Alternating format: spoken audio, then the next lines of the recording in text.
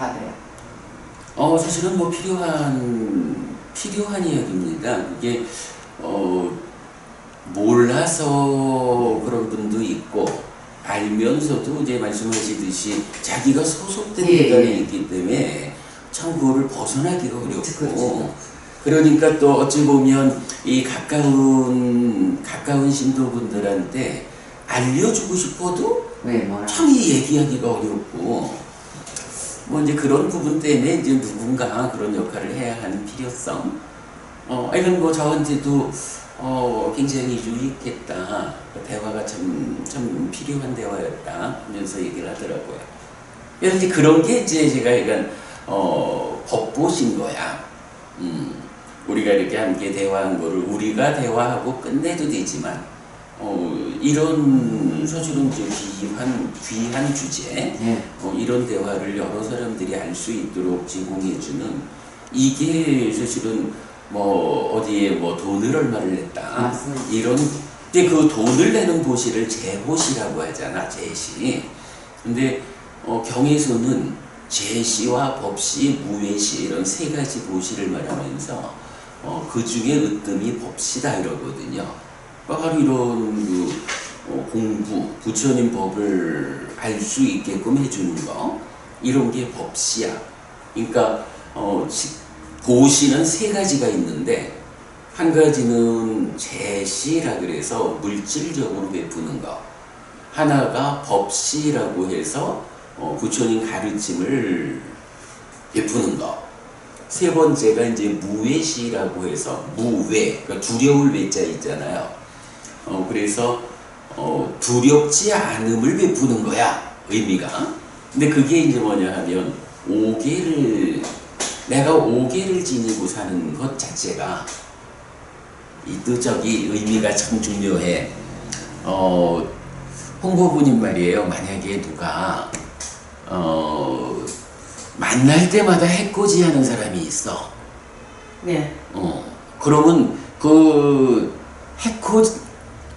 해코지 하는 그 사람이 딱 가까이 눈에 보이면 네네. 홍보부님 마음에 아이고 저 인간이 또 오네. 저 인간 오늘은 나한테 무슨 해코지를 할까? 무서워. 그런 어떤 두려움, 그런 불편함 이게 생길 거 아니야. 네네. 근데 어떤 사람이 늘 해코지하지 않고 좀 어려운 사람을 거들어주고 이런 사람이 있어. 네. 그런 사람이 딱 눈에 보이면 아이고 저 사람은 나를 해코지하지 않아. 저 사람은 오면 나한테 도움되는 사람이야. 이러면 그 사람을 보고 내가 두려워할까? 그럴 일이 없잖아. 오히려 반갑고. 오계라는 거, 그러니까 불살생, 생명을 해치지 않는 거, 해코지 안 하는 거지. 두 번째가 불투독, 주지 않는 거, 갖지 않는 거, 도둑질하지 않는 거. 세 번째가 불사음, 바람피지 않는 거. 네 번째가 불망어, 거짓말하지 않는 거. 다섯 번째가 불음주, 술 마시지 않는 거. 그러니까 뭐 술을 마시지 않는다라는 표현으로 봐야 할지 술 마시고 방일해지지 않는다 이렇게 봐야 될지 그건 뭐 번역상 해석의 문제가 좀 있지만 어쨌든 이제 술 취해가지고 와가지고 주사 부리는 거 이것도 곤란하잖아요. 근데 그러지 않아. 그럼 이렇게 이제 다섯 가지로 자기 삶의 질서를 가지고 있는 사람. 이 반대편에 있는 사람이 보이면 아이고 저 사람 또 왔네 하고 불편하고 두려움이 생긴다고. 그러나 이렇게 오계를 지닌 사람이 오면 뭐 그로 인해서 두려울 게 없고 반갑고 저 사람이 오늘은 또 나를 위해서 무슨 일을 해줄까? 이렇게 되잖아. 그래서 오계를 지닌다라는 이 자체가 자기한테는 그게 그대로 하늘로 이끄는 공덕행이거든. 그런데 그것이 그러니까 만나는 상대방한테는 두려움을 주지 않는 거야. 두려움을 주지 않는다라는 걸 거꾸로 말하면 뭐가 돼요? 두렵지 않음을 주는 거야. 그래서 이거를 무외시라고 하는 거예요. 경에서는 그러니까 제시, 법시, 무외시 세 가지를 말하면서 무외시 두렵지 않음을 준다. 무예시. 왜 시바이처 박사를 말할 때 생명의 외경 이런 말을 쓰잖아. 그 외라고 하는 말이 두려움 이런 말이거든요. 그래서 무외 두려움 없음.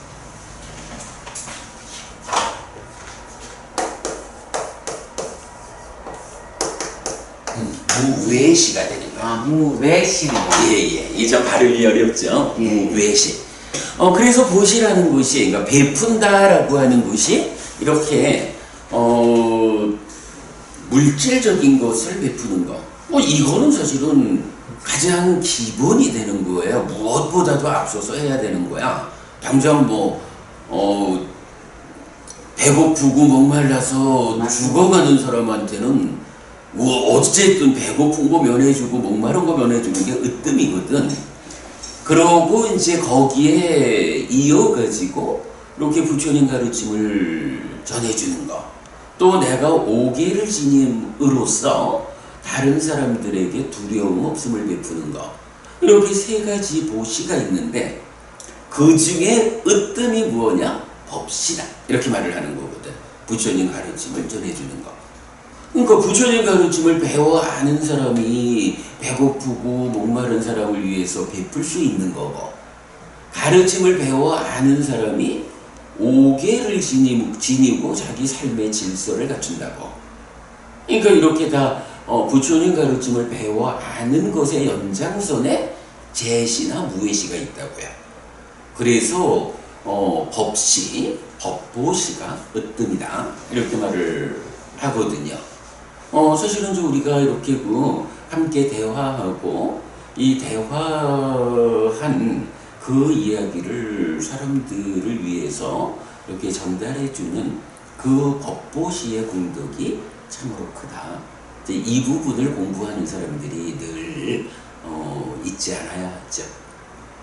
그래, 어쨌든 지난주 우리 그런 이야기 어떤 스님이 잘했다. 아니 잘했다는 것보다 이제 가는데 초기 경전 이야기를 하기 때문에 이제 자기를 조계종하고는 조금 틀리지만 이제 의심을 가는 부분을 이제 집어주기가 좋습니다. 네. 궁금한 아주 기초적인 거 궁금한 거 제 역시가 궁금하기 때문에. 그런데 제가 이제 스님한테 말씀드리고 싶은 게 이제 괜찮겠어요? 말씀하세요. 스님이 이 초기경전이라는 이 법을 저희들한테 가르치고 일하는 스님 우리가 다 잘 되기 위해서 그렇게 하시는 목적이죠.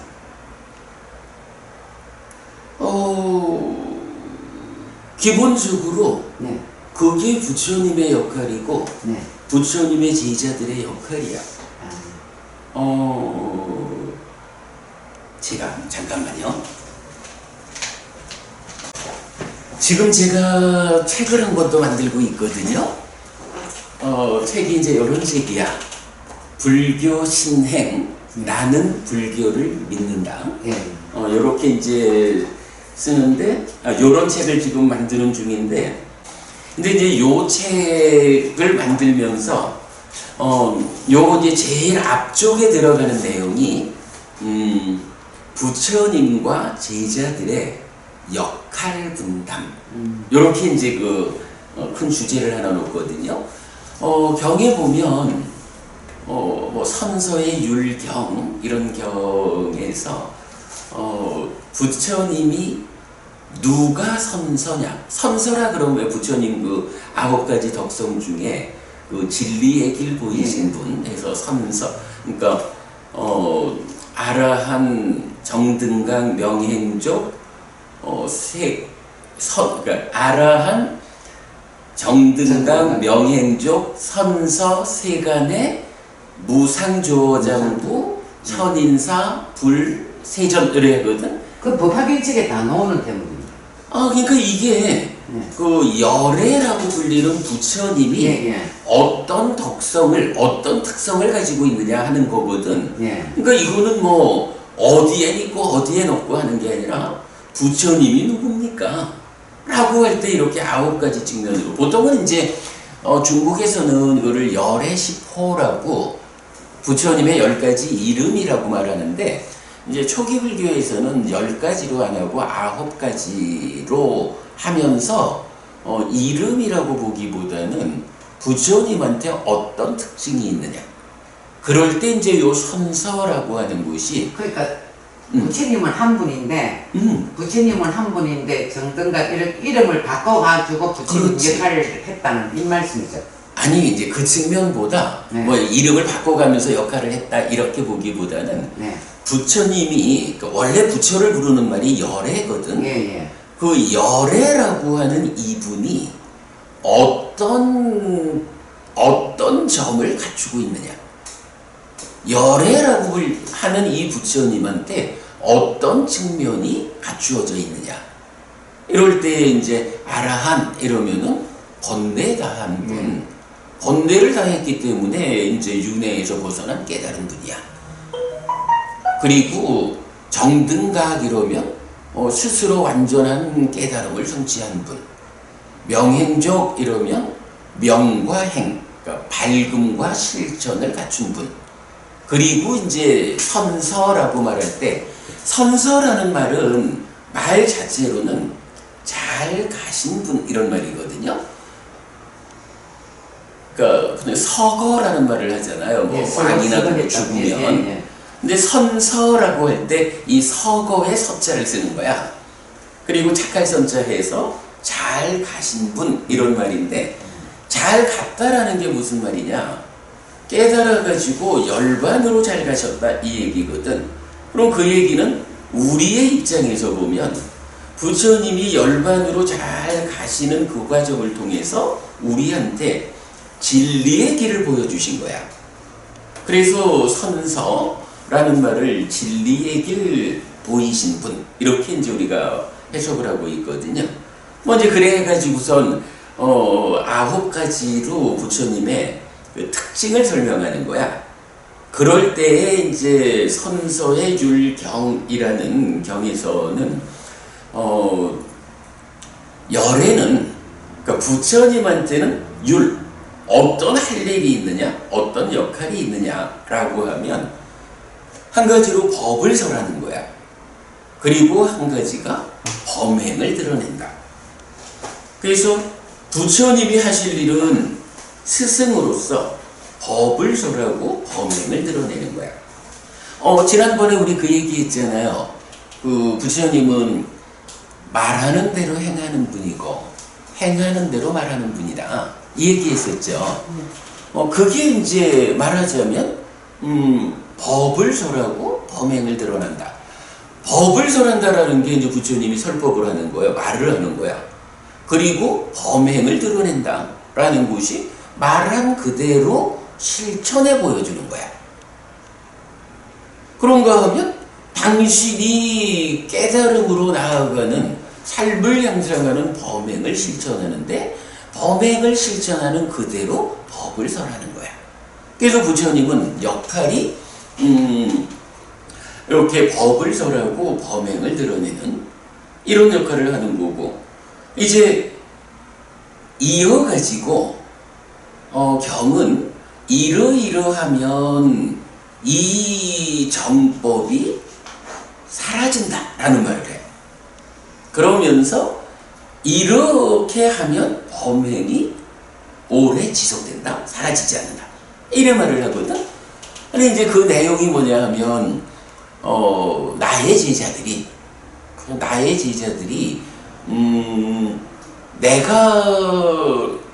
내가 설한 가르침을 철저히 배울 것. 두 번째로는 그렇게 배운 것을 실천하는 삶을 살 것. 그래서 모나지 않은 법을 버리고 원만한 법을 갖추는 이래가지고 그게 뭐냐면 부처님이 법을 설했으니까 그 설한 법을 철저히 배우면 아무래도 배운 대로 살아갈 거 아니에요. 그러면 그러한 배운 대로 살아가는 삶은 인간관계에서도 모나게 살지 않고 원만하게 사는 거야. 이제 그런 게 두 번째고, 그리고 세 번째가 이제 어부님 질문하신 내용이야. 법을 배운 사람이 자기도 법을 실천하는 원만한 사람이 되어야 하지만 이 법을 열심히, 특히 의미와 표현을 갖추어서 부처님이 법을 설한 그대로 설한 그 법의 목적을 그대로, 그 법과 의미를 갖추어서 열심히 법을 설한다. 근데요, 이게 우리가 지금도 이런 일을 하고 있지만 먼저 법을 배운 사람이 자기 혼자 만족하고 법을 설하지 않으면 그 사람 죽고 나면 법이 끊어진다고. 그래서 부처님은 당신의 제자들이 어떤 역할을 맡아야 되느냐 할 때 첫째로 열심히 법을 배워라. 그리고 법을 실천하는 삶을 살아라. 그러고 법을 부처님이 설하신 그대로 열심히 법을 설해라. 그리고 네 번째가 말하자면 선배들부터 모범을 보여라. 선배가, 그러니까 이제 우리 불교식으로 말하면 장로비구들이 모범적으로 가르침을 실천하는 삶을 살아가야 후배들이, 신참비구들이, 우리 선배 스님들이 이렇게 모범적으로 살아가는 것을 보고 자기도 뒤따라 실천을 한다고. 이런 네 가지 방법으로 나의 제자들이 살아갈 때 이 법이 지속된다. 그런데 그러지 않고 일단 보면 부처님이 법을 설하고 범행을 실천해서 부처님은 당신의 역할을 다 하고 가셨잖아. 그런데 제자들이 일단 머리 깎고 가사 입고 이러면 먹고 사는 일은 웬만큼 해결이 된다고. 그러니까 먹고 사는 일이 해결되었다라는 걸로 만족하고, 그리고는 가르침을 열심히 배우려 하지 않고, 가르침을 내 삶에 적용해서 실천하려 하지 않고, 이 가르침을 배워서 다른 사람을 위해서 설하려 하지 않고, 그리고 선배부터 후배까지 모범적으로 모범을 보이지 않고, 이래 하면 정법이 사라진다. 이런 말 하거든요. 특히 이제 제가 이런 주제를 가지고 이름을 붙인 거야. 역할분담. 그래서 이제 이 책에서 거의 그 제일 앞쪽에서 부처님과 제자들의 역할분담이란 이름으로 싣고 있거든요. 그러니까 이제 지금 법부님이 해피스님도 다른 사람들한테 이익되라고 법을 설하는 거죠? 이렇게 질문을 하셨잖아. 당연해요. 당연한데 그 당연함이 왜 생겨나냐 하면, 저는 어쨌든 부처님 제자잖아요. 법부님들도 부처님 제자고, 근데 저는 아예 머리 깎고 세간의 삶에 매이지 않고 법을 배워서 실천하겠다 해서 출가를 한 사람이라고. 그러면 출가한 저한테는 기본적으로 어떤 역할이 부여되느냐. 부처님이 당신의 역할을 다 했어. 그리고는 제자인 저한테는 배워라. 너의 삶에서 실천해라. 가르쳐라. 그리고 모범을 보여라. 라는 이 네 가지를 제자인 우리한테 역할을 맡겼다고. 그러니까 우리 같이 출가한 사람이 부처님이 맡겨주신 그 역할을 충실히 안 하면 부처님 말씀으로는 이 정법이 사라진다. 그러나 우리가 그 역할에 충실하면 이 정법이 오래 유지된다. 그러니까 저는 저의 역할을 뭐 누굴 위해서 뭐 어쩌고 뭐 이렇게 당연히 그게 포함되죠. 당연히 뭐 그런 마음으로 하는 건데 이제 그 이전에 머리 깎고 중으로 살아가는 사람이라면 그게 나의 역할인 거예요. 이런 측면으로 보면 더 좋을 것 같아요.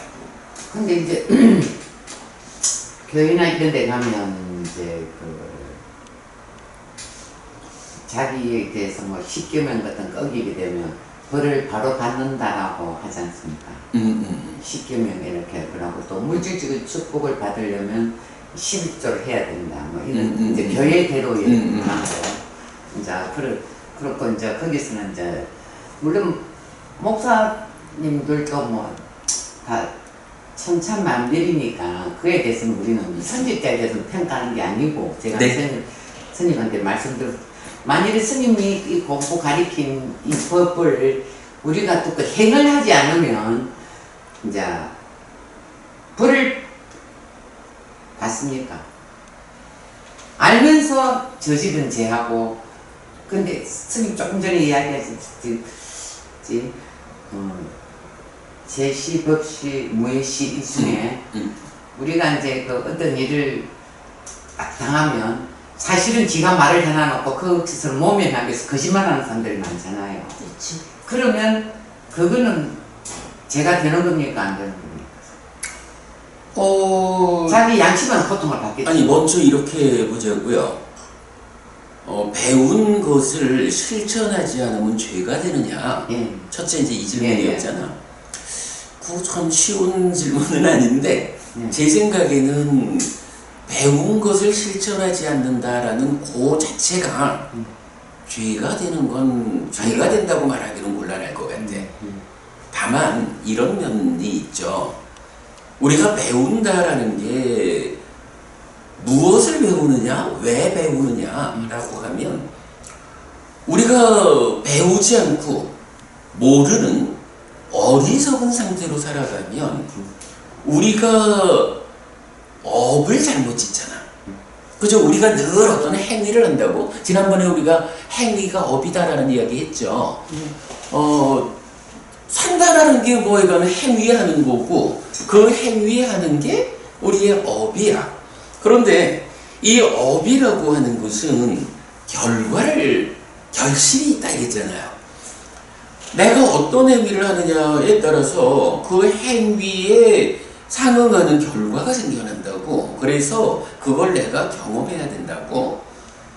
나쁜 행위를 하면 괴로움이라는 결과가 생겨나가지고 그 괴롭다라는 결과를 내가 겪어야 되는 거거든.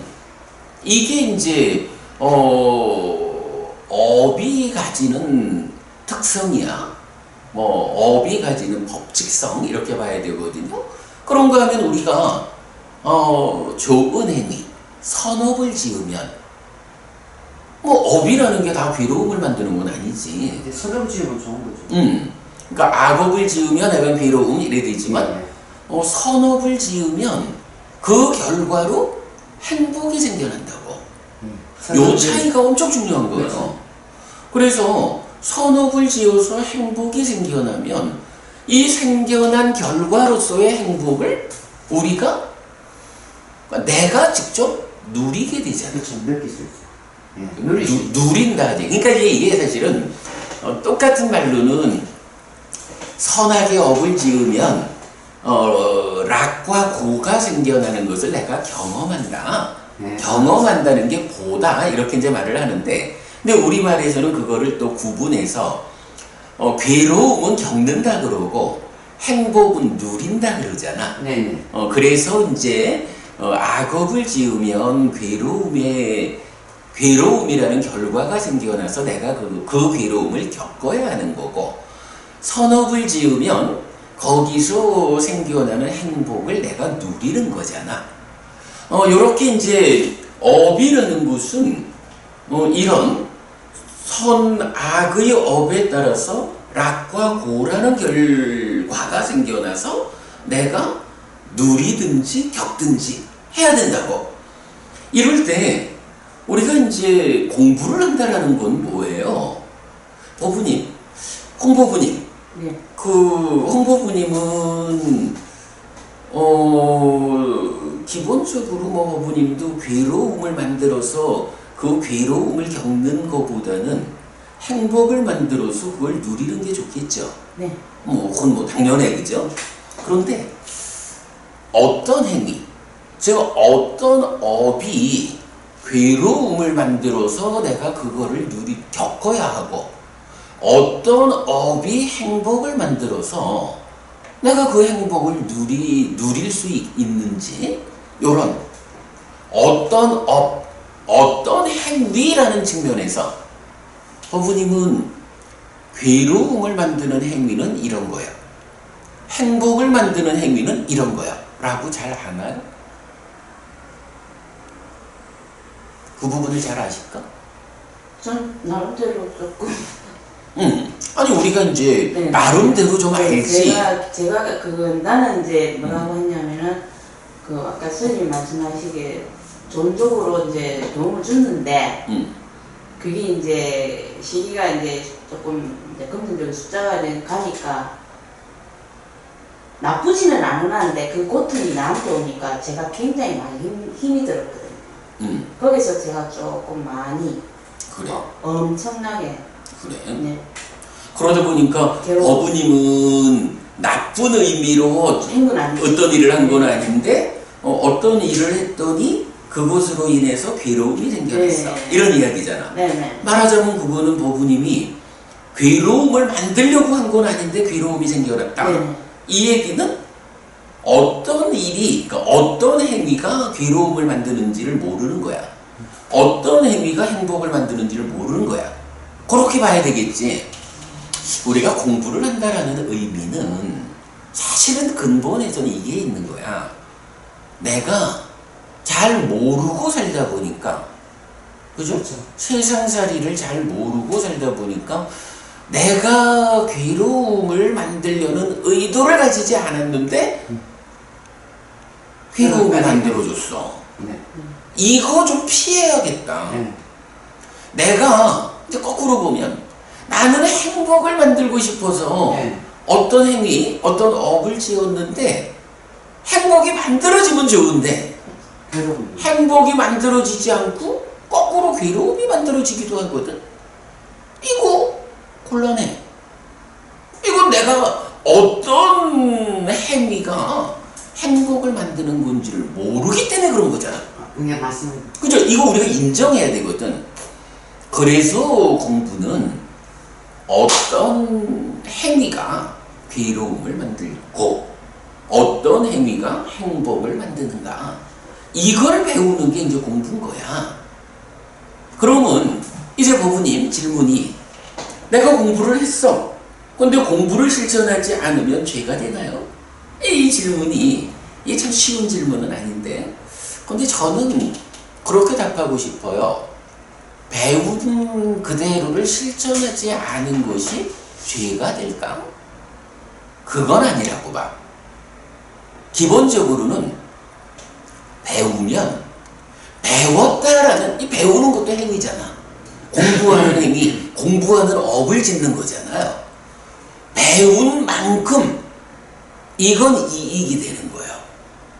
그런데 배운 거를 실천을 하면 실천한 만큼 또 이익이 생기는 거야. 그 배가 수밖에.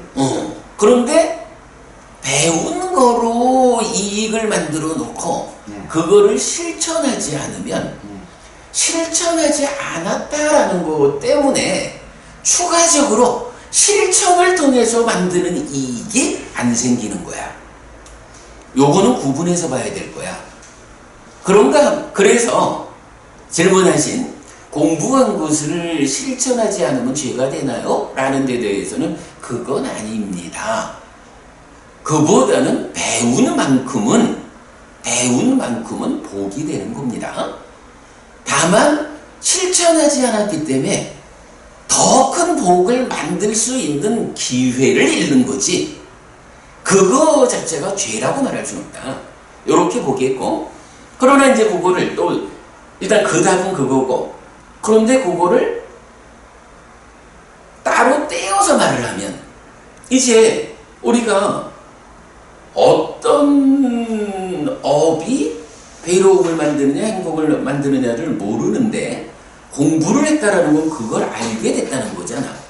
그러면 아는 것을 실천한다는 거는 이제 내가 본격적으로 괴로움을 만드는 행위는 안 하고 행복을 만드는 행위는 적극 실천한다. 이거잖아.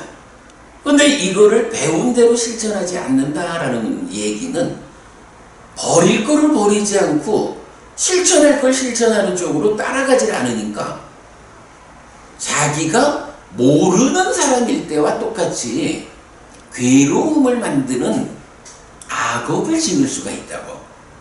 그러면 이거는 배운 거를 실천하지 않았다 이 측면보다는 내가 모르는 사람일 때랑 똑같이 악업을 지었기 때문에 거기에서 괴로움이 생기는 거지 배운 거를 실천하지 않아서 라는 이런 어떤 조건이 적용되는 건 아니다. 그러나 이제 분명한 거는 우리가 공부하는 이유가 뭐냐 하면 아니 우리가 뭐 머릿속에다가 뭔가 복잡한 거 좀 멋있어 보이는 거 이런 거 머릿속에 채우려고 공부하는 거 아니거든. 그렇죠. 부처님 공부라는 거는 분명히 좀 전에 이제 부부님이 아주 불교를 잘 모르지만 그래도 이렇게 표현을 한 데는 사실은 이게 세상 사람들이 불교를 모른다 그래서 다 악업을 짓는 건 아니거든. 불교 말고도 우리 세상에는 윤리라는 것도 있어요. 윤리라고 하는 것이 뭐냐 하면 우리가 많은 사람들이 더불어 함께 살아가는 가운데 내가 나 혼자 좋자고 어떤 일을 하면 다른 사람들을 해치게 되잖아. 그러면 다른 사람들을 해치는 이런 일을 여러 사람들이 하다 보면 우리 사회가 전반적으로 사회의 질이 떨어지고 우리 사회를 구성하는 나뿐만 아니라 많은 사람들이 다 힘들어진다고. 그러니까 그저 부처님 같은 완전한 스승은 아니래도 우리 옛날 어른들이 뭐 공자님도 있고 노자님도 있고 뭐 맹자님도 있고 뭐 많은 스승들이 부처님처럼 완전한 방법은 아니지만 그래도 우리가 이 사회를 구성하고 함께 살아가는 가운데 이 사회의 공통적인 삶의 질을 좀 올려야 하지 않느냐? 이래가지고 우리 사회의 어떤 묵시적인 기준으로 주어져 있는 게 윤리, 도덕 이런 거잖아요. 우리가 그래도 다 초등학교든 중학교든 고등학교든 또 뭐 요새 뭐 한국 사람들은 많은 사람들이 대학을 나오고 이래야 하지만 초등학교만 나와도 중학교만 나와도 기본적으로 뭐 도덕 바른 생활 이래 해가지고 우리가 죄 짓지 않고 우리 사회에서 나쁜 놈 소리 듣지 않고 살아가는 그런 기본적인 기준을 배우지 않아요.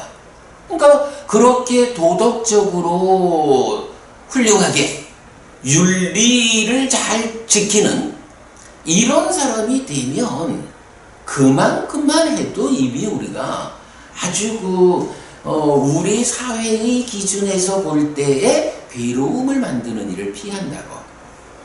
그런데 이제 그게 왜 그런 가운데도 부처님을 만나야 하는 이유는 뭐냐 하면 우리가 인간들끼리 이렇게 모여서 살아가는 그저 인간 몸으로 한평생 살아가는 동안 서로 해코지 안 하고 살아갈 수 있는 이런 도덕과 윤리만으로 만족하기에는 나의 삶이 그저 그 정도의 기본적인 룰만 가지고 나의 삶이 충족되질 않는다고. 나는 좀 더 행복한 좀 더 훌륭한 삶을 살아야겠고 그리고 또 중요한 게 도덕이다 윤리다라고 하는 게 이 몸으로 우리 사회에 살아가는 그 한평생에 대한 이야기지. 그러나 우리는 분명히 아는 게 죽는다고 해서 나의 삶이 끝나는 게 아니잖아. 이 몸이 무너져 버려지면 그 다음에 새로운 몸과 함께 또 다음 생을 이어서 살아가는 이게 윤회잖아. 그러면 도덕과 윤리 정도의 기준을 가지고는 이런 윤회하는 나의 삶의 전체적인 과정에서 그거 갖고는 충분하지 않은 거야. 그렇다면 내가 살아있는 동안에도 도덕 윤리가 제시하는 어떤 삶의 질보다 훨씬 더 훌륭한 삶을 살아야겠다. 그리고 죽은 다음에는 더 좋은 삶이 이어지게 해야겠다. 그리고 끝내는 윤회에서 벗어나는 깨달음을 실현해야겠다. 이렇게 삶을 우리가 진지한 시각으로 바라보게 되면 도덕과 윤리 정도로 만족할 수 없지. 그러기 때문에 이제 우리가 부처님 공부를 하는 거죠. 부처님은 그런 공부를 가르쳐 주셨잖아. 부처님은 완전한 깨달음을 성취한 분이어서 도덕과 윤리의 수준을 넘어서는 삶의 질적 형상, 행복을 가르쳐주고 죽어서는 하늘에 태어나는 법을 가르쳐준다고. 특히 출가자를 중심으로는 깨달아서 윤회에서 벗어나는 데까지를 가르쳐주잖아. 그러니까 내가 그래도 나의 수준을 초등학생 수준에 두고 만족할 수는 없어. 더 높은 공부, 더 훌륭하고 더 행복한 삶, 이렇게 나의 삶에 대한 시각을 높이는 사람이 불교 공부를 하는 거거든요. 그러면 이제 그런 불교 공부를 하면 이제 기본적으로 어떤 행위가 괴로움을 만들어서 내가 그 아픔을 겪어야 하는지, 어떤 행위가 행복을 만들어서 내가 그 즐거움을 누릴 것인지, 이 부분에 대한 부처님의 답이 있다고. 근데 질문 중간에 한번 할게요. 하셔요. 그러면 이 같은 경우도 그 사람을 안 만났으면 그런 괴로움을 안 당했을 거 아닙니까? 근데 그런 경우에는 어떻게 피해 나갈 수 있는 그걸 공부를 그 사람과 연을 안 맞은 나 이렇게 예, 그런 부분이 이제 앞으로 경을 우리가 이렇게 대화를 이어가다 보면 또 그 부분에 대한 또 직접적인 우리가 대화를 할 수 있겠죠. 그런 부분이 이제 그 현명하다, 지혜롭지 못해서 세상을 모르기 때문에 이제 그런 부분에서 우리가 이제 답을 찾아야 되는데, 예를 들어서 부부님이 이제 뭐 어떤 사람한테 내가 내용을 잘은 모르지만 대충 이제 아는 돈을 떠나서 스님, 제가 그에 괴로움을 당했다는 건 그게 숫자가 아니고 그 뭐라 해야 되나, 지혜 그 영이 배신. 그 뭐라 해야 되나, 쟤를 괴롭히고 많이 좀 괴롭혔거든, 쟤를. 그러니까 돈을 꿔줬다가 돈을 받지 못해서 경제적인 타격도 있고, 그런데 그거보다는 더 큰 게 지금 말씀인데, 그러니까 이제 그게 그 사람에 대한 법부님의 어떤 분노하는 마음 때문에 괴로울 수도 있고, 아니면 지금 말씀이 언뜻 그 사람의 어떤 영적인, 그러니까 뭐 마치 귀신 같은, 뭐 이런 측면, 그런 측면으로 괴롭힘을 당하기도 하고, 이렇게 지금 말하는 거였는데, 그래, 그런 부분이 이제 우리가 경을 이제 앞으로 우리가 이건 오늘이 2번째 시간인데 한두 번 만에 답을 다 완성할 수는 없고, 우리가 이제 천천히 이렇게 대화를 해나가잖아. 근데 이제 그런 부분도 그렇게 우리가 기본적인 전생에서 오는 업입니까? 아니면 현실에서도 만날 수도 있잖아요. 그럼요. 이제 기본적으로는 부부님이 돈을 꿔줬다가 못 받아서 경제적 타격을 받았다라고 할 때는, 이거는 세간적 기준으로 봐도 은행에서 돈을 줄 때 그냥 안 주잖아. 그렇지. 아주 신용도가 높은 사람은 신용대출도 해주지만, 그 신용이 확인되지 않으면 담보 없이는 아니죠. 안 해주잖아. 그 담보의 한쪽으로 인보증도 세워가지고 뭐 문제도 많고 그렇잖아. 어쨌든 이게 뭐냐 하면 내가 당신한테 돈을 주는데 당신이 나한테 돈을 갚지 않아서 피해를 내가 받을 수는 없어. 이래가지고 그런 방법을 쓰는 거잖아. 근데 이제 법무님은 뭐 은행하고는 입장이 다르지. 은행은 그렇게 돈 빌려줘서 받는 이자 가지고 회사를 운영하는 데니까 뭐 더 그렇지만 법무님이 어떤 입장에서 돈을 빌려줬는지 모르지만 그래도 기본적으로는 나한테 가까운 나한테 소중한 사람이 돈 때문에 어려우니 내가 좀 도와주자 해서 돈을 빌려줬지만 빌려줬다라는 건 준 거하고는 다르거든. 그거는 뭐 어쨌든 뭐 돈을 주면 뭐 사회가 이자를 받을 수 있고 그렇지만 그 부분은 별개로 일단은 빌려준다라는 것은 내가 필요할 때 돌려받아야 한다라는 것 때문에 주는 게 아니라 빌려준 거라고. 그럴 때 법무님이 은행처럼 보자면 신용대출을 해준 거야? 네, 그렇죠. 그 부분은요, 한면으로 보면은 아주 좋은 일이기도 하지만, 한면으로 보면 어리석음이기도 한 거야. 그렇지. 왜냐하면, 내가 여유가 있어가지고, 내가 이 정도는 뭐 당신 위해서, 그래, 내가 복 짓는다 생각하고 당신한테 보시할게 필요한 대로 써. 그리고 당신이 좀 좋아져서 나한테 돌려주면 내가 고맙고 뭐 당신이 여의치 않아서 돌려줄 형편이 안 되면 나 이거 그냥 당신 주는 거야. 내가 당신하고 누구야? 당신하고 나하고 이렇게 소중한 사이잖아. 이렇게 주는 경우라면 참 좋고 그때는 준 거로 끝나고 만족스러워. 그리고 그건 엄청 큰 보시야. 그거는 살아서도 그렇고 죽은 다음에 법우님의 버팀목이 된다. 아주 좋은 거야. 그런데 법우님의 형편이 그렇게 여유롭지는 못해서 말하자면 어떤 형태로든 내가 써야 되는 돈을 그대가 급하다 하니까 우선 빌려줄게 때 맞춰서 나한테 돌려줘 라고 한 거잖아.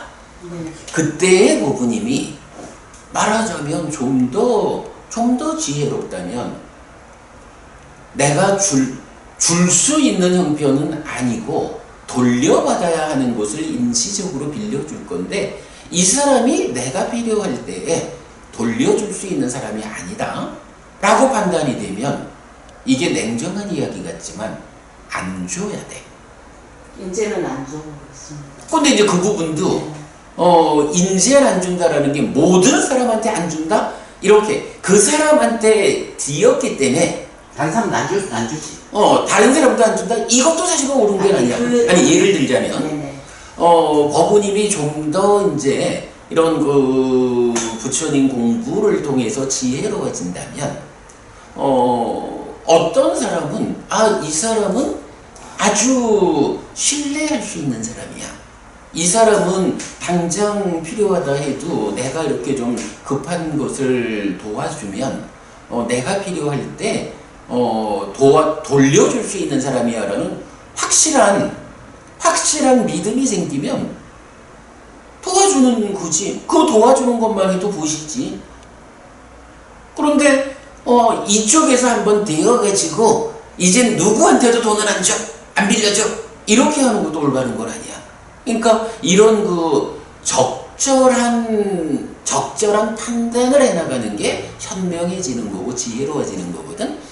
그러니까 이제 그런 부분이 1단계야. 일단 돈을 준 거, 못 받은 거. 그 다음에 이제 두 번째로 돈을 못 받다 보니까 법우님이 나쁜 놈, 아니면 나쁜 년 이러면서 내가 지한테 그렇게 하지 않았는데 지가 나한테 이런 짓을 하다니 하고 분노해. 그 분노가 사실은요, 이 분노의 대상인 남들도 힘들게 하지만 분노하는 내 자신을 해치잖아. 법우님 이게 굉장히 크거든. 그 사람 때문에 돈을 못 받아서 받는 타격도 크지만 그 사람한테 분노하는 일을 통해서 내가 당하는 상처도 엄청 큰 거야. 상처 컸어. 엄청 큰 거야. 그리고 이제 세 번째가 법부님 이 부분은 뭐 우리가 좀 뒤에 한 번 더 살펴보기로 하겠지만 어떤 형태가 됐든 그 사람이 자기의 어떤 마음을 약간 이건 좀 우리 뒤에 봐. 근데 그 사람의 마음 작용 때문에 내가 뭐 예를 들어서 이건 뭐 귀신 들림 같은 어떤 뭐 일에 공격받는 이런 부분이 있다라고 하는데 약간 그 부분은 약간 조금 뭐 지금 거기까지 아니 말하기 좀 제가 그래. 걔를 만나면은 아직도 만나는데 나쁜 애는 아니에요. 근데 아직까지 내가 그 채무를 내가 지금 갚아가고 있는데 그 지는 저한테 없으면 미안하게 생각하지. 근데 만나보면 제가 없어도 됩니다. 그러니까 그 부분을 이 부분은 법부님 중요한 거야. 법부님이 그동안 살아오는 과정에 배우고 스스로 알고 한 측면에서 볼 때 지금 법부님이 그분을 만나고 오면 아주 힘들다. 네네. 이 부분을 그 사람의 어떤 영적인 작용 때문에 내가 힘들다. 이렇게 지금 받아들이는 것 같아. 예. 그러나 내가 볼 때는 그건 아닌 것 같아. 그보다는 법부님이 그 사람을 안 만날 수 없는 상황이니까 계속 이제 만나지만 계속 만나는 가운데 법부님 마음에 그 사람에 대한 어떤 분노, 그 사람에 대한 미움이 있는 거야. 그래서 그 사람을 만나고 오면 법부님한테서 작용하는 이 분노, 이 미움이 법부님 마음을 해쳐가지고 힘들어지는 거야. 이 부분은 이건 우리가 공부를 해가면서 이제 이런 부분을 배워가는 거거든. 법부님이 앞으로 조금씩 바꿔가야 되는 게 첫째로는 좀 더 현명해지자, 좀 더 지혜로워지자. 그래서 내가 조금이라도 당장 쓰지 않아도 되는 돈을 갖고 있는데 어떤 사람이 아주 돈이 급해서 힘들어한다. 그때 이 사람은 내가 호의를 베풀어도 나한테 역으로 힘들게 할 사람이다. 이 사람한테 내가 돈을 빌려주는 것은 옳지 않다 라고 판단하는 현명함. 그런데 또 어떤 사람은 이 사람이 지금 많이 힘든데 이 사람은 어떤 경우에라도 내가 지금 좀 도와주고 내가 필요하니까 돌려주세요 하면 급전을 내서라도 내 돈을 돌려줄 사람이다 라고 확실하게 한다면 그때는 내가 도와준다. 이렇게 판단을 할 수 있는 게 현명하고 지혜로워지는 거야. 근데 물론 여기서 이 차이는 분명히 나야 돼. 법부님이 그야말로 여윳돈이 있어가지고 뭐 내가 우리 노후도 그렇고 아이들도 그렇고 뭐 이만큼 이제 하여간 우리가 먹고 사는 일은 됐다. 그런데 나한테 여윳돈이 좀 있다.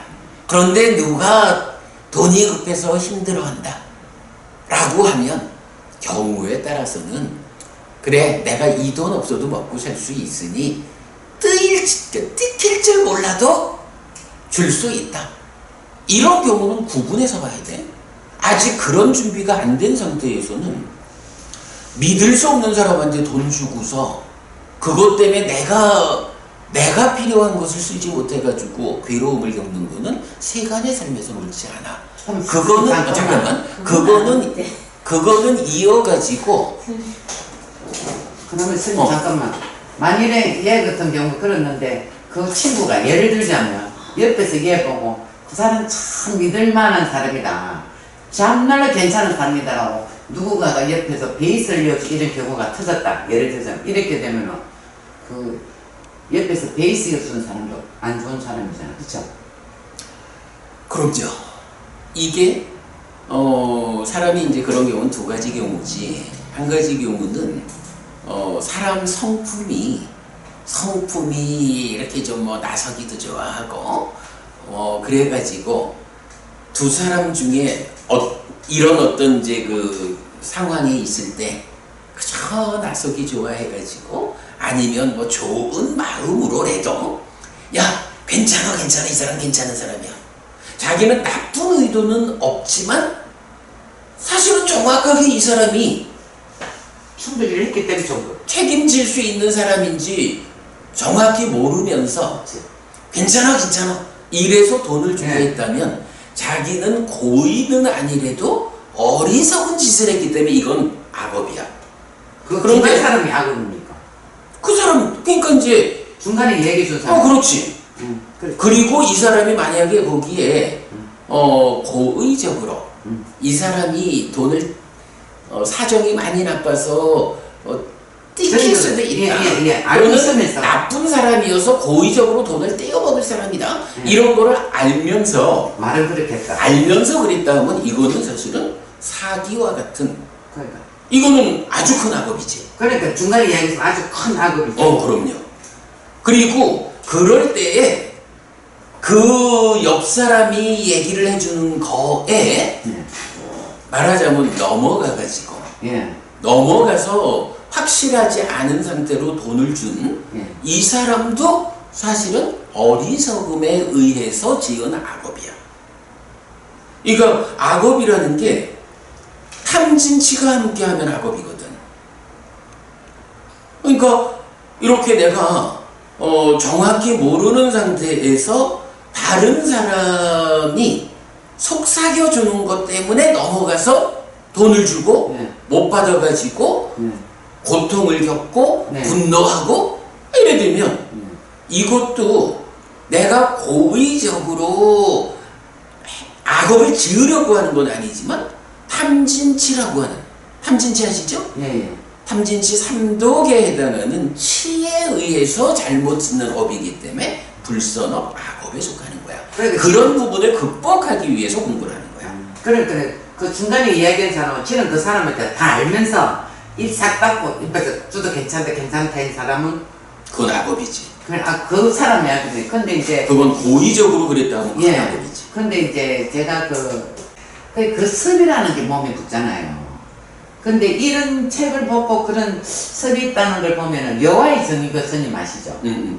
그 여호와의 증인교의 그 네. 율법은 진짜 스님 내라도 바랄 만큼 정말로 잘 짓고 또 여호와의 스님 믿는 사람이 그분이 한번 내가 이 스님 이야기를 하셔서 내가 그래 이 이야기를 자 여호와의 증인교는 다 가면은 군대도 안 가잖아요. 근데 그 율법은 믿는 사람들은 진짜 정직하게 합니다.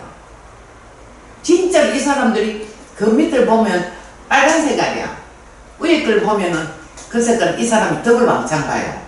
그러면 이 사람은 덕을 안 보고 밑에 빨간색은 손해봐. 그걸 발휘해준다고요. 근데 우리나라 사람은 우리 그냥 우리 주위를 보면 지가 덕을 보면 우선 흔들어만 놓고 지가 덕을 보고 나면 안 했다고 찌잖아요. 그렇잖아요. 후배가 다른 타고 뜁니다. 그러면 그 사람 뭘 안 받느냐고요, 제 말은. 내가 그걸 이제 여쭤보는 거죠. 그래서 제가 그 부분은 악업이다라고 이제 답을 드렸고. 근데 그게 이제 악업, 그게 그 사람의 전생의 악업입니까? 이성에 짓는 악업입니까? 근데 이제 제가 볼 때는 사이코 히도리라는 사람은 현세에서 지은 죄는 바로 보더락이라고 책에 나와 있거든요. 바로 뭐라고? 바로 받더라. 그래서 이제 우리가 자 어부님 이야기 그 말씀 중에 나는 이런 생각이 들었어요. 여호와의 증인들의 그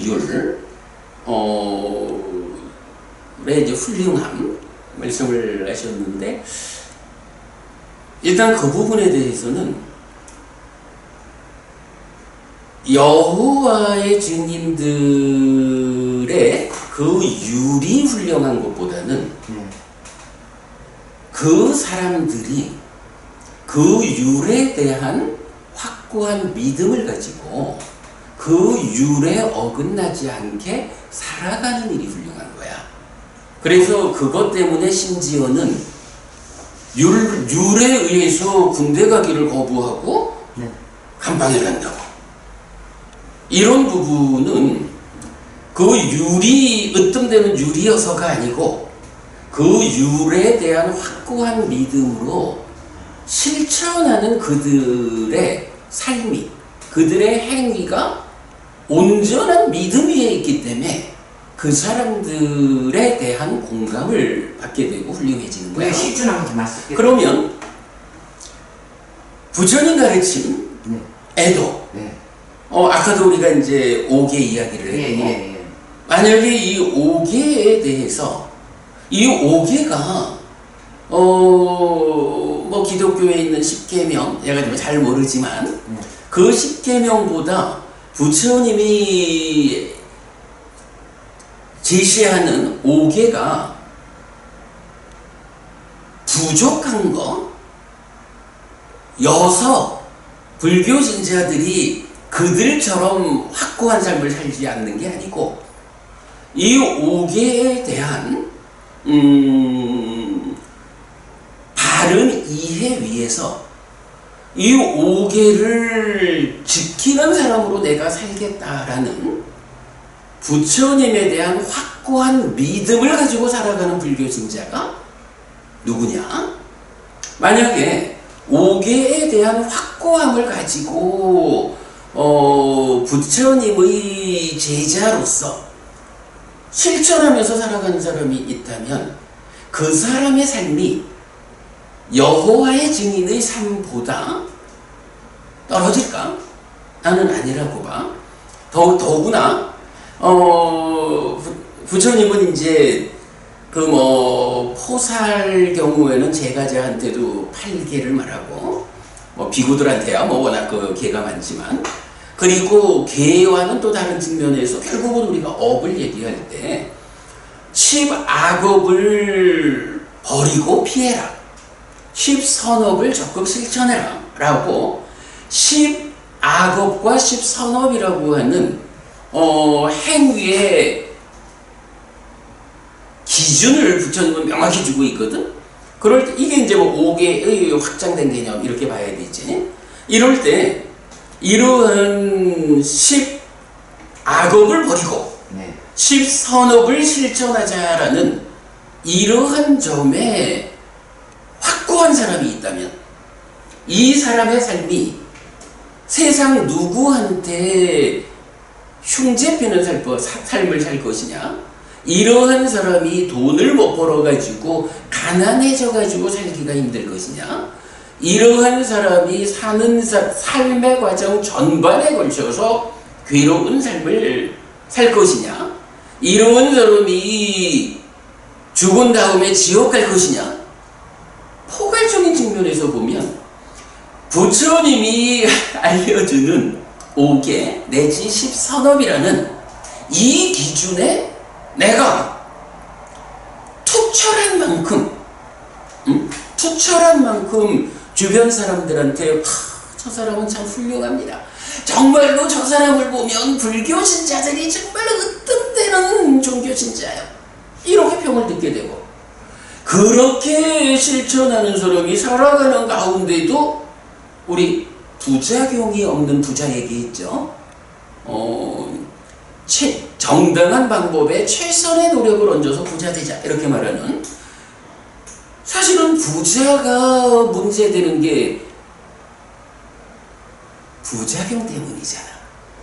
그런데 이러한 10선업을 실천하는데 확고한 사람은 부작용 없는 부자가 되어서 산다고. 경은 그렇게 말하는 거야. 다복하고 풍요로운 삶을 살고도 죽어서 하늘에 태어나는, 이러하죠? 이러한 사람이 포괄적으로 한평생 살아가는 그의 삶이 향상된 삶이라는 것은 말할 것도 없어. 그리고 거기에다가 이렇게 10선업을 실천하는 사람은 몸이 무너져 죽은 뒤에 하늘에 태어난다고. 이렇게 보면 여호와의 증인들의 그 율법이 뛰어나가지고 그 사람들이 어떻다라고 하는 게 아니고 그 사람들이 그 율법에 얼마나 투철하냐, 얼마나 확고한 실천하고. 믿음으로 그래 예. 율법을 실천하냐. 예, 실천하고. 이것 때문에 예. 이것 때문에 그 믿어야 사람들에 되는 대해서 거다니까요. 그 사람들에 대해서 칭찬을 하는 예, 거야. 예. 그런데 사실은 그 율법이 관점에 따라서는 부처님이 알려주는 10선업을 실천하잖아. 10선업을 실천하는 사람은요, 한국 국민으로 태어나가지고 성장하면 때 맞춰서 군대를 가. 군대를 가서도 군인의 입장에서도 최선으로 국가가 위험에 처하면 전쟁터에 나가서 전쟁을 수행을 하더라도 부정적인 면을 최소화하는 가운데 긍정적인 면을 극대화하는 군인 생활을 하다가 또 제대하고 나면 또 그의 삶이 죽을 때까지 최선의 삶을 살 수가 있어. 말하자면 10선업을 실천한다라는 것을 이유로 한국 국민으로 살아가는 데에 부작용이 없어. 그런데 여호와의 길, 여호와의 증인으로 살면 그 율법을 실천하기 위해서 전반적으로 그 사람들이 칭찬받지만 그러나 한면 한국 국민이라고 하는, 근데 한국 국민이라는 걸 거부할 수는 없잖아요. 그러면 이 사람들은 한국 국민이라고 하는 자기의 테두리 안에 있기 위해서는 그 율법을 실천하기 위해서는 감방을 갔다 와야 돼. 전과자가 돼. 이런 부작용도 있어.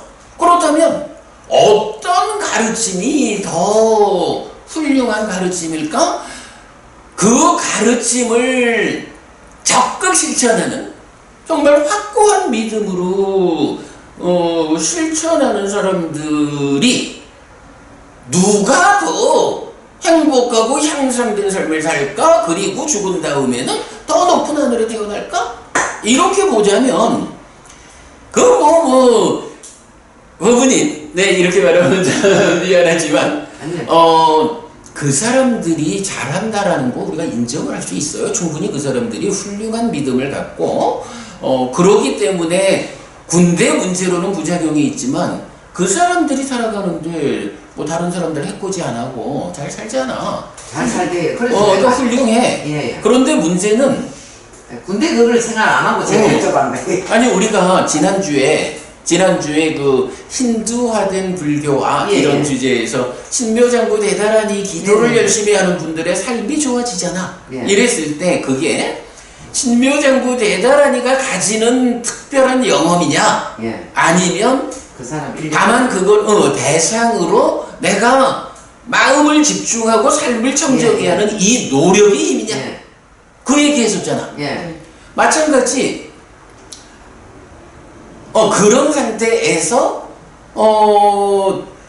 신묘장구 대단하니의 힘이 아니라 노력의 힘이기 때문에 예. 기왕이면 예. 뭐 지금 하시는 분들 중단하라 이렇게 말할 필요는 예. 없지만 이제 공부를 통해서 자기가 알미 분명해지면 예. 그때는 신묘장구 대단하니를 대상으로 하는 것보다 예. 부처님 가르침에 맞는 대상을 가지고 이렇게 노력을 하면 예. 훨씬 효과적이다 이 얘기를 했잖아. 예. 그러면 이제 여호와의 증인 이분들도 그 율법이 완전해서가 아니라 그래도 뭐 그 율법 자체가 그래도 그걸 실천하면 뭐 일부 부작용은 있지만 남들한테 흉죄비지 않는 삶을 살지. 그러니까 그거를 실천하는 일을 통해서 좋아지잖아. 네. 근데 이제 그거보다 더 좋은 방법이 무엇일까라고 하면 여호와의 증인이 실천하는 그 율법보다 자 업이라는 부분은 그 율법을 실천하는 것도 업이잖아, 행위잖아. 그럴 때 이 행위가 행위의 결과로 괴로움을 가져올까 행복을 가져올까 또는 이 행위의 결과로 얼마만한 행복을 가져올까? 작은 행복을 가져올까? 더 큰 행복을 가져올까? 이런 측면에서 보자면 으뜸되는 방법이야. 이 행위가 결과적으로 가장 큰 행복을 가져오는 방법이 있으면 그게 으뜸이지. 이럴 때 우리가 여호와의 증인의 그 율법이 실천하는 행위, 업을 통해서 분명히 행복을 가져올 거예요. 일부 부작용은 있다 해도. 그러나 그것보다 더 큰 행복을 가져오는 실천 방법이 있다면 바꿔야지.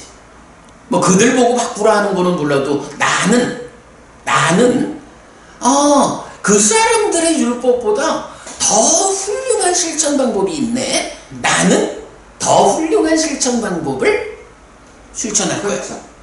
이게 예, 이 부분에 대해서 우리가 관점을 맞출 수 예, 예. 있으면 이제 부처님께서 완전한 깨달음을 성취한 그 완전한 스승 우리 부처님께서 바로 이런 더 큰 행복을 가져오는 실천법으로 5개를 가르쳐줬다.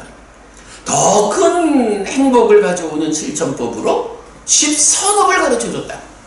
그거보다 더 큰 실천법으로 사념초로 시작해서 사마타 위파사나로 완성되는 수행법을 가르쳐줬다. 내가 어떤 실천법을 실천하는 일에 확고할 것인가? 내가 얼마나 확고한 믿음으로 어떤 실천법을 붙잡을 것인가? 이래가지고 우리가 뭐 사실은 또 내가 그러니까 초등학생이 대학 문제 푼다 그러면 못 풀잖아. 그렇죠. 그러니까 그러면 내가 수행을 통해서 바보같이 뭐 이렇게 접근하는 일이 정답은 아닐 수 있어요. 그러니까 시작하는 사람들은 어떻게 해야 돼? 내가 지난주에도 말했지만 보시와 오계라고 하는 이 공덕행의 토대가 되는 게 있잖아. 보시를 실천하고 오계를 실천하는 사람이 되어야겠다. 이 실천법이 그야말로 확고하게 내가 실천만 해나가면 으뜸되는 효과가 있다. 이렇게 시작하는 거고, 거기에서 이제 공부를 하는 과정에 이제 조금 더 내가 보시와 오계의 실천보다 조금 더 높은 수준의 실천을 할 수 있겠다. 내가 그렇게 좋아질 거 아니에요. 실천 과정에서 좋아지지 않는다면 잘못된 거지. 그러면 이렇게 실천하는 사람은 더 좋아져. 그러면 그때 내가 조금 더 폭을 넓혀서 10선업을 실천하는 사람이 되어야겠다. 5개를 좀 더 확장한 10선업을 실천해야겠다. 해가지고 그 실천에 확고해지는 거야. 확고한 믿음으로 실천하는 거야. 그러면 삶이 훨씬 좋아지는 거야.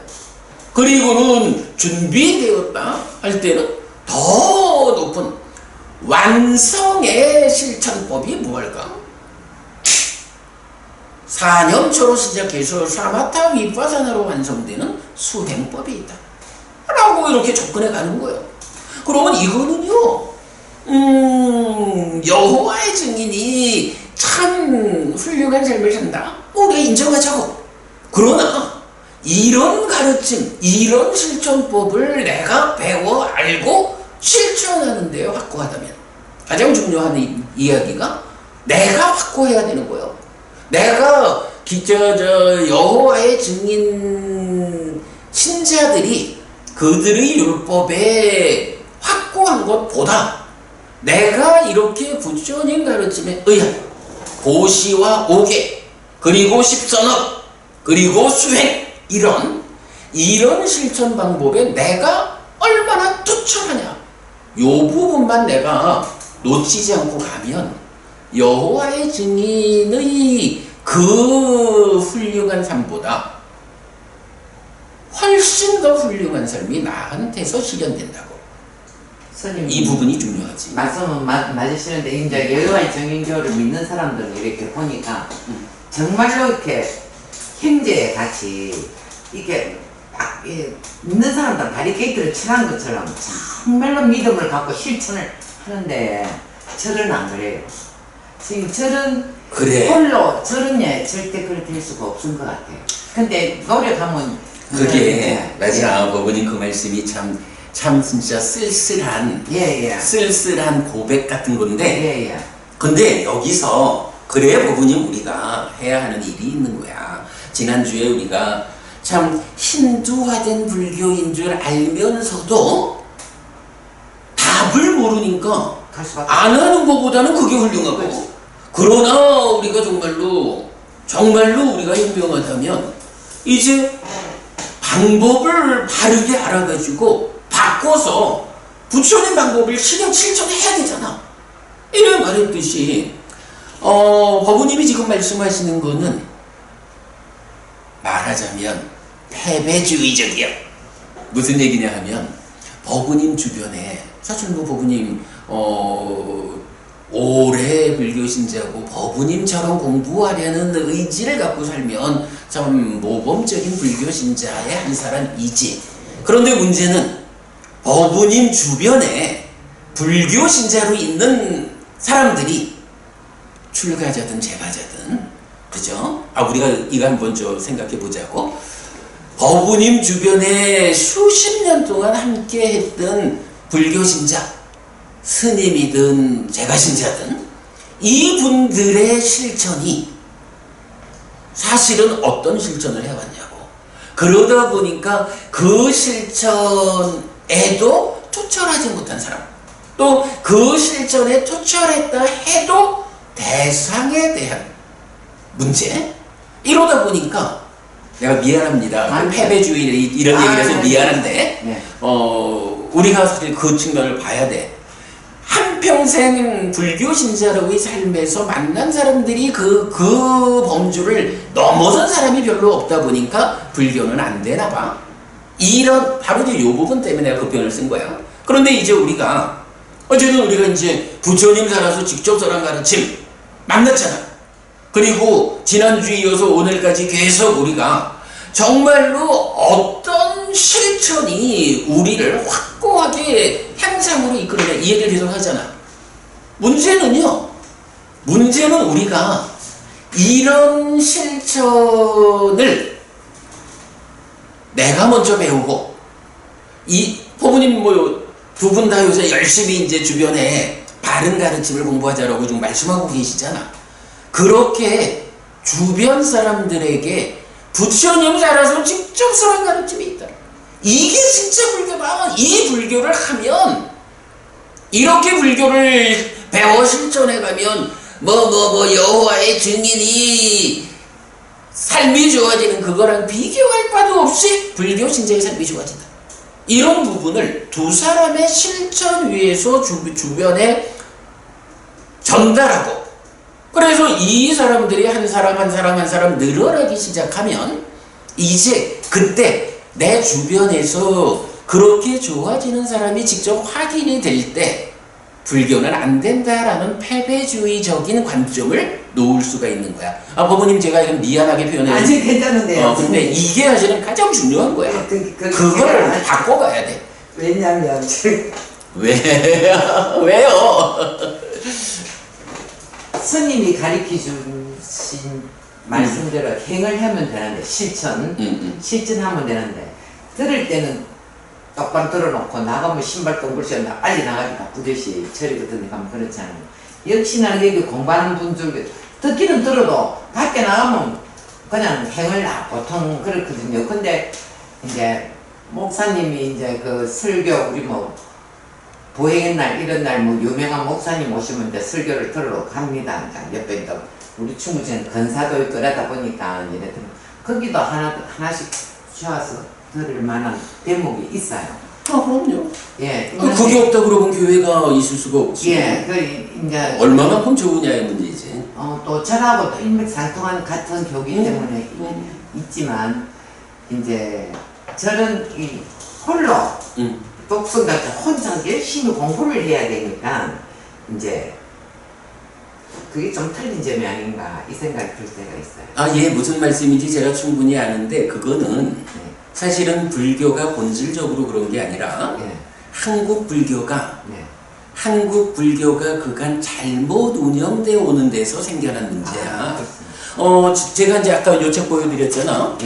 요 책 완성되면 앞으로 이제 우리도 좀 그런 시간을 가지려고 그래요. 뭐 한 달에 한 번씩이라도 뭐 일요일이나 이렇게 이제 법회 시간을 만들어서 여기 제가 이건 빨리어를 그대로 우리말로 읽는 거 제가 아무거나 하나 읽어볼까? 낀짜비컵에 나티 삼마 땅 로케 빤디다낭 야마항 나티 띠와다미 루팡 비컵에 니짱 두왕 사사땅 뭐 이런 식으로 빨리어로도 읽고 그 다음에 이제 우리말로 비구들이요 그러면 세상에서 현자들에게 없다고 동의된 곳이고 없다라고 내가 말하는 곳은 무엇인가? 비구들이요 상하고 안전 이렇게 경을 함께 읽는 그 독경 법회도 우리가 이제 계획을 하고 있고 그러면 방금 저 부분님 교회 가면은 함께 막 찬송가 부르고 성경 읽고 뭐 이러니까 공동체적인 이런 이게 있는데 불교는 혼자다 이러잖아. 근데 원래 부처님 때부터 다 혼자 한 게 아니에요. 그리고요 이 불교 경전은 그래서 독성락이라는 게 그래서 읽는 것 같은 거예요. 그건 또 좀 별개고 불교 경전은 이게 저기 전승되어 오는 과정 자체가 많은 스님들이 함께 독송을 해. 혼자 독송해서 전승하는 게 아니고 그 선방에 가면 그렇잖아요. 선방. 뭐 잘 모르겠어. 그래서 그래서 중요한 부분은 불교가 한국 불교에서는 현재 한국 불교의 어떤 문화적 전승 과정 이런 데에서 법우님이 우려하는 그런 현상을 보여주고 있는 건데 이거를 본질이 그렇다라고 보지는 말자고. 그러니까 본질적으로는 부처님 가르침은 우리가 정확하게 배워 알려고만 하면 사실은 세상 어떤 가르침보다도 우월한 가르침이야. 그거를 우리가 이제 하나씩 배워가는 거고, 그거를 우리가 어떻게 확고하게 실천할 거냐라는 것을 우리가 만들어 가야 되는 거거든. 결코 불교가 본질적으로 다른 종교보다 부족하다 이렇게 보지 않아야 돼요. 그건 이건 앞으로 그리고 이 일을 하는데 법우님들이 좀 앞장서 주셔야 하고, 뭐 그렇게 해서 우리가 만들어 가보자. 불교에 대해서 무식해가지고 잘 모릅니다. 그러니까 공부를 하는 거지. 아니 그런데요. 지금 오늘 우리가 대화한 이런 정도 대화도 사실은 말하자면 이게 가장 그 기본적인 불교교리인데 이런 그 기본적인 불교교리조차도 한국 불교의 어떤 그 전승 과정에서 이런 이 한국 불교의 어떤 전통 이 환경이 그야말로 말씀하신 그 힌두화된 불교라는 이런 현상 때문에 이런 기본적인 가르침조차도 우리한테 잘 와닿지 않고 있는 거잖아. 그러니까 보통 잘 모릅니다. 그러니까 이거 바꿔가자. 그래서 계속 제가 그 법보시 얘기를 하는 게 우리가 이렇게 대화하는 것을 한 명이든 10명이든 100명이든 보는 사람이 그렇구나야 라고 우리가 지금 대화해서 함께 알아가는 것을 다른 사람이 알게 해주는 그게 법보시라니까. 그런 일을 우리가 해나가는 거지. 가만히 이제 너무 시간이 많이 갔잖아요. 괜찮아? 괜찮습니다. 그래서 이건 여호와의 증인과 관련한 그 부분은 우리가 얼마나 확고해질 것이냐라는 요 부분에 우리가 관점을 맞추면 실천 방법은 우리가 훨씬 더 뛰어나다. 이렇게 말하겠고, 아까 그 일본 사업가가 책 쓴 거, 그 내용은 뭐 앞으로 우리가 불교 공부하다 보면 당연해. 그 내용은 당연한 겁니다. 당연하고 다 있어 그런 내용이. 다 있어요. 다 있어요. 특히 불교 교리 가운데 선하게 돌아온다. 불교 교리 가운데 나를 내적으로 성숙하는 거, 요거는 이제 사념처, 사마타, 위파사나 수행, 그리고 나와 너의 관계. 아까 이제 그분도 그 책 쓰신 그 사업가도 결국은 우리 사회에서의 관계성의 성공이잖아.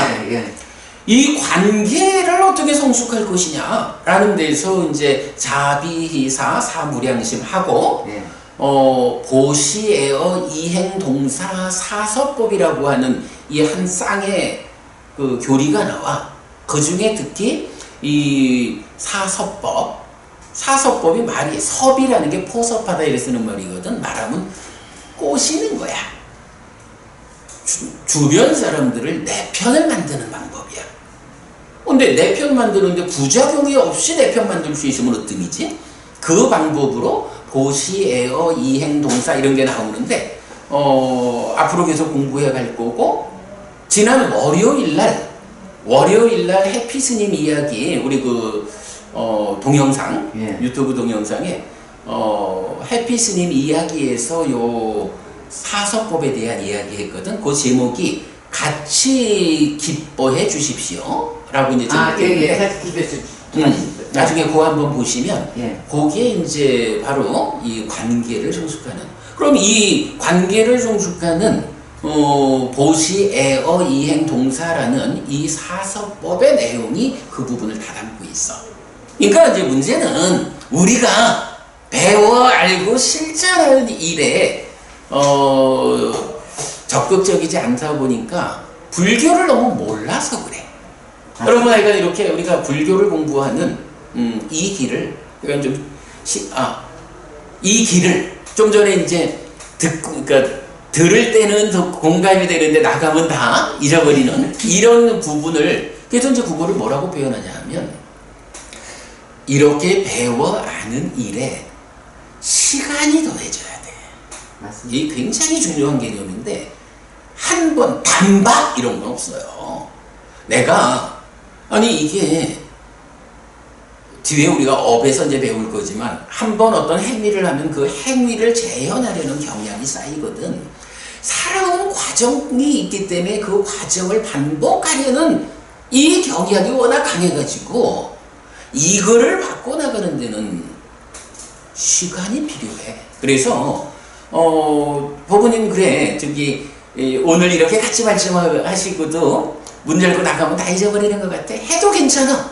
근데 여기에 법원님, 이거 아주 중요하거든. 이렇게 우리가 같이 공부하는 동안 내가 공감하고, 이 공감 가운데 내가 바꿔야겠구나, 이렇게 판단되는 이런 일에다가 시간을 얹어주면, 시간이 더해지면서 기존에 하던 일의 경향을 줄여나가면서 달라지는 거야. 맞습니다. 아까 그 부부님 밖에 나가서 여러분 만나셔도 요 이야기, 시간이 더해져야 된다, 요거 놓치지 마셔요. 그거 답이요. 근데 이제 제가 미국에 있을 때는 요아이 정인교 믿는 분이 미국의 사치에서는 제1위 국민이랍니다. 진짜 그분들은 법 하나를 어기는 게 없어요. 그리고 요아이 정교를 믿거나 안 믿거나 간에 사랑을 많이 베풉니다. 그리고 뭐 그 사람이 진짜 잘 몰라서 돈이 굉장히 많아. 근데 진짜 잘 몰라서 미국에 가서 잘 몰라. 우리 한국 사람 그 사람 사기칩니다. 돈값 뺏어 먹고. 그런 사람은 그 사람의 돈이 겁이 날까 싶어. 하나라도 자기들 잘못해서 그거 될까 싶어서 굉장히 이렇게 하는 걸 보면 틀려요. 그래, 이건 뭐 그 말씀 잘 알겠습니다. 그런데 이제 이건 우리가 오늘 선생님 한마디만 더 할게요, 진짜가. 아니, 잠깐만. 그래. 그래. 요새 사람들 배짱이 얼마나 좋으냐. 자기가 잘못하면 뭐라는 게 아닙니까? 내세에 가서 벌 받지 뭐 이랍니다. 겁도 없이. 그러니까 그 세상에 얼마나 무슨, 나 스님 그 소리, 이거 소름 돋는 일이에요. 얼마나 무식하면 그런 얘기를 해. 자기한테 어떤 일이 닥칠지 모르고. 그러니까요. 그런 소리를. 그러니까 그래서 내가 이게 무식하다라는 말이 안 좋은 말이지만, 사실은 배워 알지 못하면 무식한 거예요. 경에서도 배우지 못한 범부 이야기가 얼마나 많이 나오는데. 요새 이렇게 간이 커요. 그러니까 내가 죽으면 또 태어나야 한다는 거, 내가 태어날 자리가 한평생 내가 어떤 삶을 사느냐, 어떤 업을 짓느냐의 그 누적에 의해서 태어날 자리가 결정되는데 양심을 소유고 산다니까 요새 사람들은. 그러니까 무슨 그런 말인지 부분을 아는 게 엄청 중요하고 어쨌든 오늘 뭐 여러 말씀 나눴지만 제가 이건 그 마지막 그렇게 정리하고 싶어요. 여호와의 증인이 뭐 미국에서 그러니까 한국하고는 또 이제 병역 문제도 없는 뭐 미국에서도 그렇게 존경받고 하는 거 다 오라. 다만 우리가 분명히 알아야 되는 것은 여호와의 증인들이 그렇게 확고하게 자기들의 율법을 실천하는 그 확고한 만큼을 불교 신자가 바르게 부처님 따라서 직접 선한 가르침에 의한 이 실천 방법을 그렇게 확고하게 우리가 실천한다면 우리가 훨씬 더 존경받고 훨씬 더 좋은 삶을 살게 된다. 가르침의 질적 차이는 있다. 네, 그걸로 마무리하고 그래. 감사합니다. 알겠습니다. 굉장히 오늘 아주 중요한 말씀 또 나눴어요. 자, 그러면 제가 먼저 읽겠습니다.